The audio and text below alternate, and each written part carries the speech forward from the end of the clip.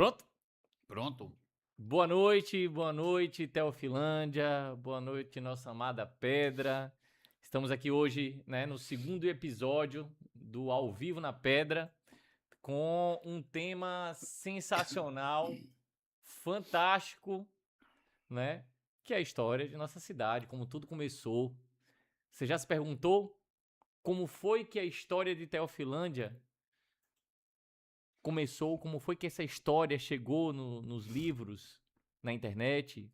Pois estamos aqui hoje, né, com Diógenes Antônio de Oliveira, um artista da terra, certo? Artista visual, escultor, poeta, cordelista, muralista de mosaico e autor de livro, né? Uma figura icônica aqui da cidade de Teofilândia. E esse ser humano aqui, né, muito especial, ele é uma biblioteca viva. Ele tem a história de Teofilândia, né, na mente e está transcrevendo e agora eternizando aqui no YouTube. Didi, né, uma honra. Seja bem-vindo ao Vivo na Pedra, um espaço, né, de muita paz, alegria, um espaço que vai dar voz ao povo de Teofilândia, né, trazendo sempre histórias, né, eternizando, marcando a vida, né, do teofilandense. Seja bem-vindo, Didi. Eu que agradeço o convite, né? E estamos aí à disposição para tentar mostrar ao povo como era a nossa história, né? O que eu tenho preservado na minha mente, os acontecimentos que eu vivi de 1963 para cá, que até hoje nunca perdi nada, né? De informações. Antes de entrar, né, da gente começar a falar da história de Teofilândia, fala para mim como foi que começou essa paixão sua, né? Quando começou isso, na verdade? Bom, tem fatos que a gente também não sabe nem explicar. Por que eu entrei nessa questão da história, né? É assim, é meio complicado até te dizer quando começou. Uma coisa eu digo, não começou há muito tempo atrás, porque se tivesse começado há muito tempo atrás, eu tinha mais informações. Eu tinha aproveitado as informações de Alaide Macedo, eu tinha aproveitado as informações de Rutenberg, né? As informações de Tio Vavá, daquele pessoal que já faleceu. Sim. E eu não peguei, inclusive informações eu tinha pegado com meu pai e com minha mãe, né? Informações que levassem a um antepassado anterior ao que eu tenho informação. Didi, Então, assim, eu comecei devagarzinho, comecei a juntar fotos, começava a perguntar quem era, quem não era aquilo, como aconteceu, e muita coisa também foi que eu assistia. Então, quando eu assistia a um acontecimento na cidade e eu tinha a imagem, eu comecei a guardar. Comecei a guardar, e aquilo foi, né, se avolumando. Maravilha. Maravilha. Você como filho da terra, fala um pouquinho mais de você. Quando foi que você nasceu, né? Onde nasceu aqui na cidade, né? Dá mais detalhes pra gente. Bom, eu sou filho de Pacífico e Deraldina. Deraldina é oficial do cartório, filha de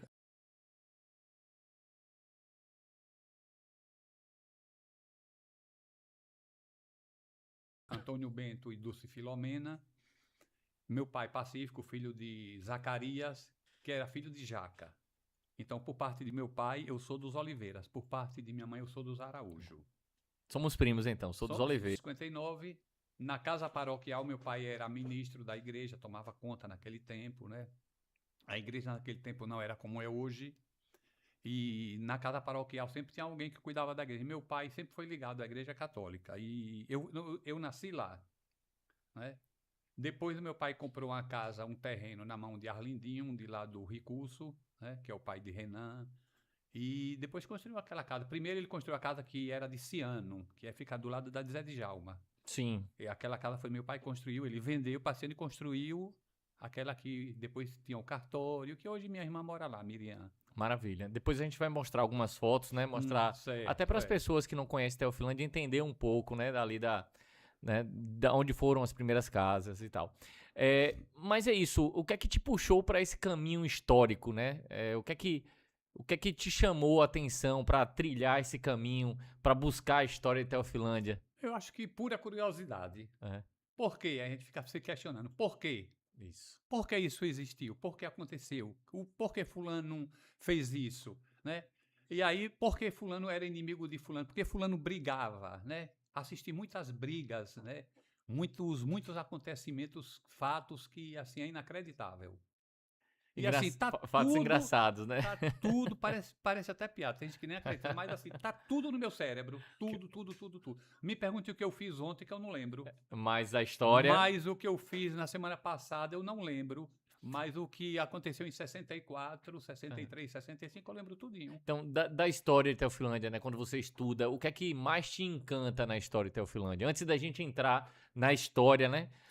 O que mais me encanta aliás, nem canta na realidade. Nem canta, até desencanta, não desfazendo da sua pergunta. Mas Ah, observe, o que me desencanta é a gente ter perdido aquela identidade sim, interiorana. A sim. cidade ela era formada por um tipo de casa, um tipo de comércio que com o desenvolvimento natural, que tem que ser natural porque também não podia ficar naquela situação, foi perdida a identidade. Maravilha. Né? Então hoje você não encontra mais. Teofilândia é uma cidade que ela não tem nenhum prédio secular, Isso. não tem nenhuma construção colonial, Hum. não tem nenhuma chaminé antiga de tipo de cana, usina, não tem nada. Se bobear, Né? os únicos prédios mais antigos da cidade é a prefeitura e a Não, igreja. ainda existe. A igreja é padrão em toda a cidade, É, né? São sim. construções sempre antigas, começou com capela.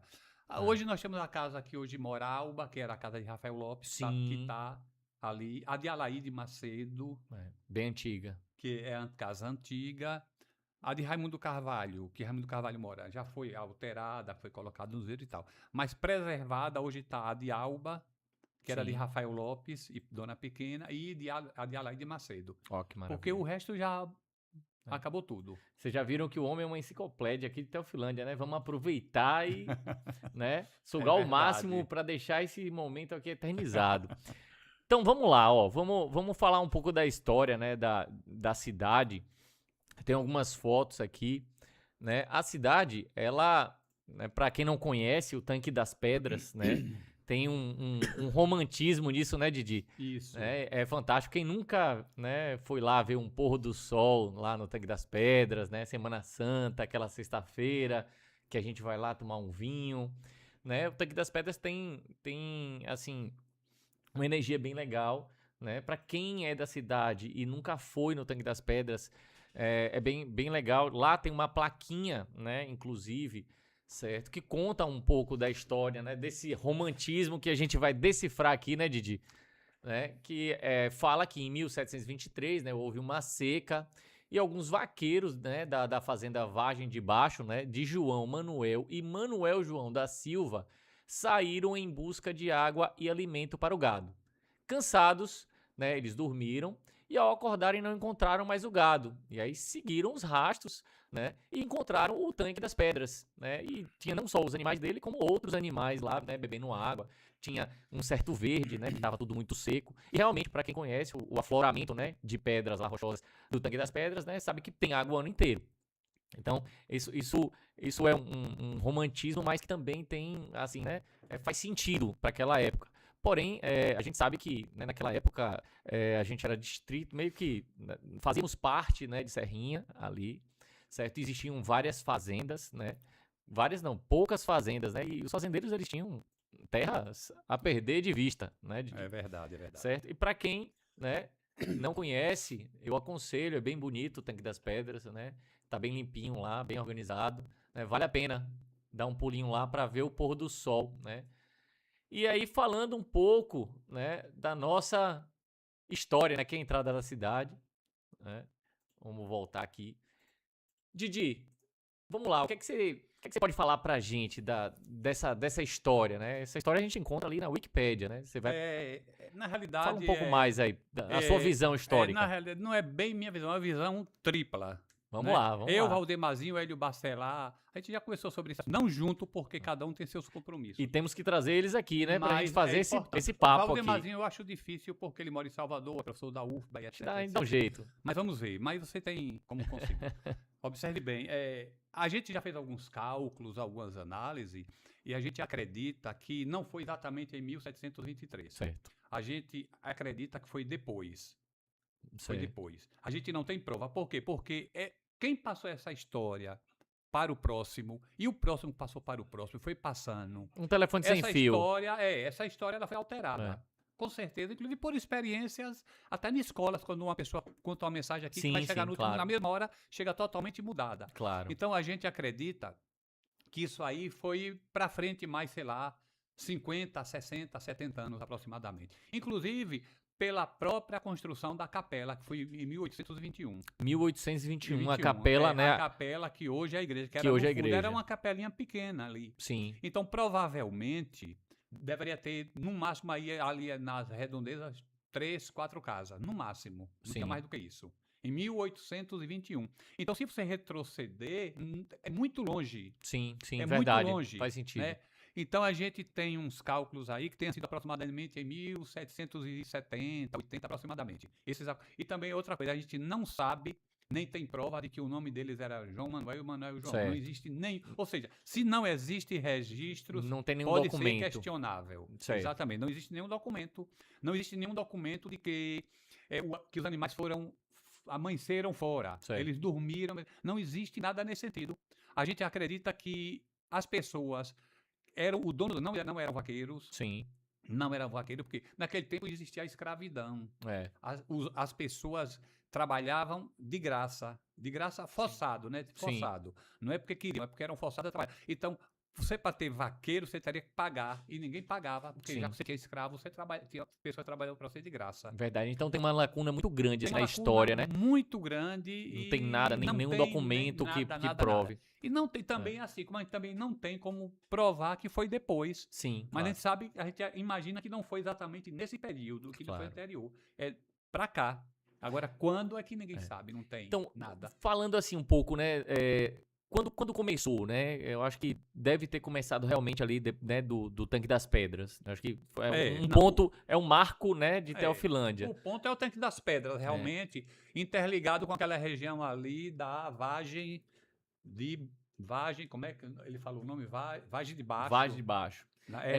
Junto do Pombal ali, né? Sim. E assim, depois, né, acho que as pessoas foram chegando, né, foi constituindo um lugar, né, algumas casas surgiram, e aí surgiu o nome, né, de um povoadinho, na verdade, Pedras, né? Exatamente. Inclusive, eu li um livro de Tasso Franco, que fala da história de Serrinha, Sim. do povo, né, dos incidentes portugueses, índios e tal, e lá tem citações de Teofilândia.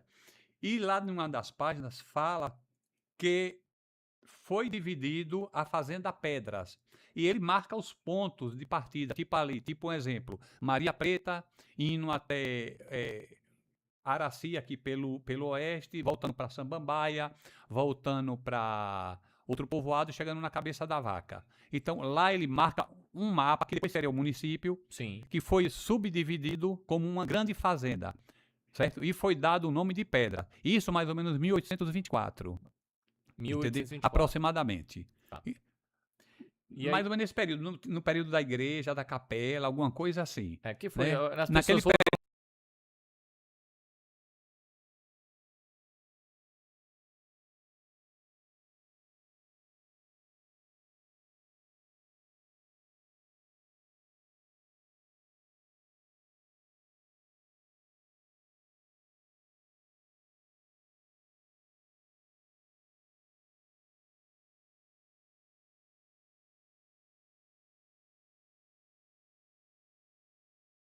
chegando, né, foram dado alguma quantidade em ouro e parte da Fazenda Pedras.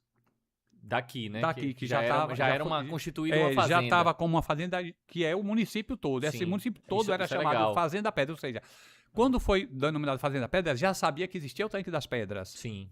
Né? 1800 e alguma coisa. Então já sabia que existia o Tanque das Pedras, né? Porém, residências basicamente não tinha, né? Depois Bernardo da Silva, que está aí na placa, fez a primeira casa onde hoje é o Banco do Brasil. Ó, maravilha. Certo? Aí depois a história se perde. Depois a história se perde, tem uma lacuna muito grande. E aí agora o próximo não tinha um historiador igual você lá para anotar tudo. Não, mas inclusive tem registro de pessoas que estão aí nessas imagens que a gente vai ver depois. Muita gente aí que nasceu, por exemplo, em 1850, Sim. 1867, 1830, aqui. Aqui na cidade já. Tem esses registros aí, essas fotos. Maravilha. Entendeu? Então, esse povo Os primeiros moradores depois de Bernardo da Silva, mas não tem nada além disso. Não existe nada. Então, assim, são informações que a gente busca, mas não tem um local exato, não tem fonte. Né? Levando assim pro lado histórico, né, dessa história lúdica que a gente tem, né? Teofilândia virou um povoado, né? Pedras, depois virou Itapicuru, que é um nome tupi-guarani. Itapiru, né? Isso. Que é um nome, né, que representa pedra riscada, se eu não me engano. Ita é pedra e Piru, não sei o que não. Exatamente. Aí, depois, né, que surgiu, né, o nome de Teofilândia. Né, que eu acho que o passarinho me contou que você sabe quem foi que deu esse nome, então conte aí logo. Foi. Né? Na realidade, eu até fiquei surpreso quando me disseram assim, quem deu o nome de Teofilândia foi José Ramon. José Ramon. José Ramon, o pai de Robler, né? Homem que a gente conheceu, que era muito alegre, né, e tal. Então, ele que deu o nome, sugeriu o nome de Teofilândia, em homenagem a Joaquim Teófilo. De Oliveira, exatamente, né? Para quem quiser, né, pode ir lá na frente da prefeitura, tem uma placa, né? Tem. Inclusive, cara, eu trouxe umas anotações aqui. Por exemplo, tem algumas pessoas que têm ainda a memória boa. Sim. Aquele pessoal que nos anos 70, 80, 70... 60. Tinha em média 50 anos, 40 anos. Sim. Hoje já não existe. Verdade, né? Essa geração existe, né? Já é uma geração que já foi. Já foi. Mas ainda tem algumas pessoas que ainda estão com a mente boa. E são poucas. Sim, sim. São poucas. Eu até tenho consultado, tenho pegado algumas informações com ele. Eu vou citar quem são essas pessoas, né? Eu vou ver aqui se eu localizo onde foi que... Aqui, olha só. Às vezes eu preciso de informação e eu busco essas pessoas, e essas pessoas estão com a mente maravilhosa, informam. E você transcreve, e tal, né? E eu transfiro, eu anoto tudo no meu caderno. E a ideia é cadernos. eternizar aqui. Então eu vou dar um exemplo. Quem tem informações hoje que ainda está com a mente, graças a Deus, boa. Sim. Coleirinho, tem informações maravilhosas. Nininho Cabeleireiro. Sim. Lúcia de Maria Viúva. Professora Margarida. Tem foto dela bem Joaquim antiga. de Jonas. Casamento dela, se não me engano. Joaquim de Jonas também, lembra. Zequinha, o pai de Onival. Sim. Antônia de Seu Elias e Haroldo, meu irmão.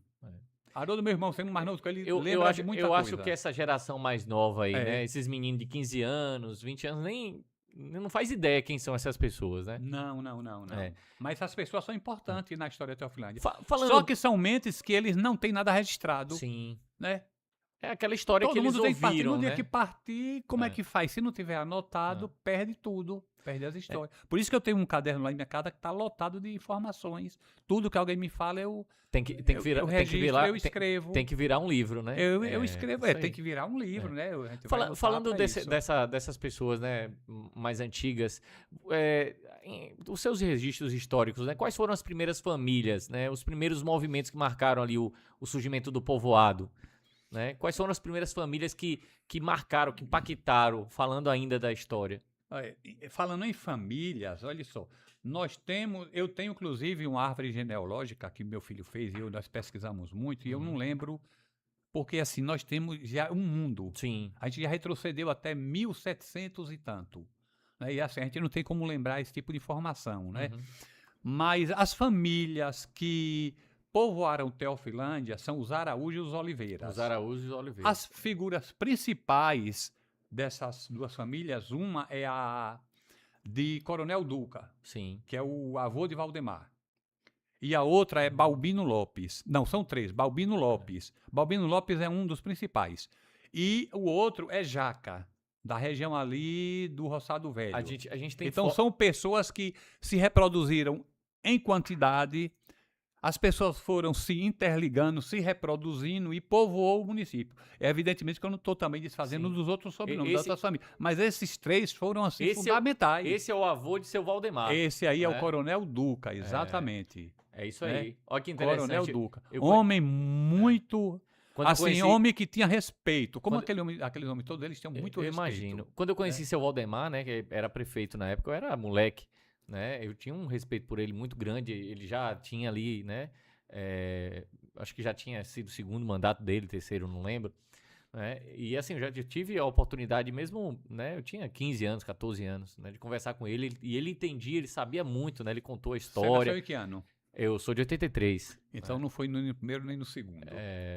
Deve ter sido no terceiro. No terceiro. Porque o terceiro dele começou em... Você tem esse registro também, né? Tem todos os registros de política, eu tenho das eleições. tudo anotado. Ah, Todos os vereadores da primeira eleição, presidente. Olha, ó, vocês aí das escolas, quando forem fazer trabalho, procurem Didi. Só para você ter uma ideia, até 1983, vereador não recebia proveito, dinheiro nenhum. Eles trabalhavam de graça.